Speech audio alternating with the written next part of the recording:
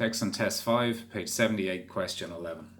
Verify that 2 is the mean of this distribution. Hence, calculate the standard deviation correct to one decimal place. In order to do this question, we use the formula, the sum of each frequency multiplied by the variable divided by the sum of the frequencies. To make this easier to do, I've rewritten the table that we were given in the book. So I have our variables, which are x, our frequencies, which are f, and I've added an extra row here, f of x, or the frequency multiplied by x. Calculate the frequency multiplied by x. So 0 by 4 is 0, 2 by 3 is 6, 3 by 2 is 6, 4 by 3 is 12. We then find the sum of the frequencies. So 4 plus 3 plus 2 plus 3 is 12. The sum of the frequencies multiplied by the variable is 0 plus 6 plus 6 plus 12 is 24. Taking a look at the formula now, so the mean is calculated by the sum of each frequency multiplied by the variable divided by the sum of the frequencies. So we've calculated the sum of the frequencies multiplied by the variables, and we've calculated the sum of the frequencies. So this gives us 24 over 12, so our mean is 2. The second part of this question is to calculate the standard deviation correct to one decimal place. To do this, we use this formula. So the standard deviation is equal to the square root of the sum of each frequency multiplied by the variable minus the mean squared, all divided by the sum of the frequencies. To make this question easier to tackle, we create a table with the headings like this. So x is our variable, f is our frequency, the variable minus the mean, the variable minus the mean squared, the frequency multiplied by the variable minus the mean squared. So looking at our first set, our variable is 0, our frequency is 4. So the variable minus the mean, so 0 minus 2 is 2.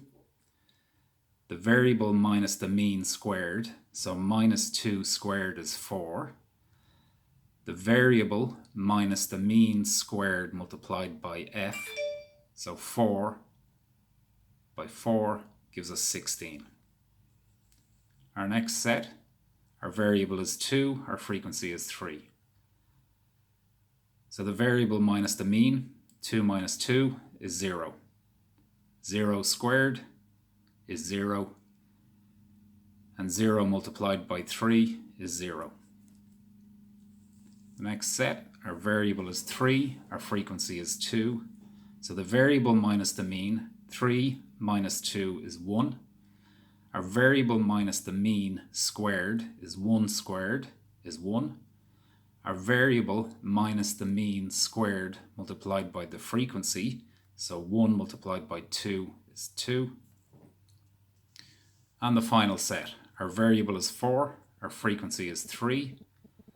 So our variable minus our mean, 4 minus 2 equals 2. Our variable minus the mean squared, so 2 squared is 4. Our variable minus the mean squared multiplied by f, so 4 multiplied by 3 gives us 12. Once we've completed this table, we find the sum of the column of the frequency. So here, our frequency column, 4 plus 3 plus 2 plus 3 is 12. So this is the sum of the frequencies.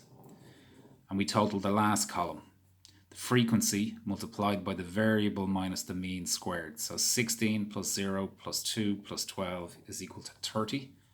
So the sum of the frequencies of the variable minus the mean squared is equal to 30. So back to our formula. So the standard deviation is equal to the square root of the sum of each frequency multiplied by the variable minus the mean squared over the sum of the frequencies. We have the sum of the frequencies 12. We have the sum of each frequency multiplied by the variable minus the mean squared equal to 30. So putting this in, our standard deviation is equal to 30 over 12, square root of.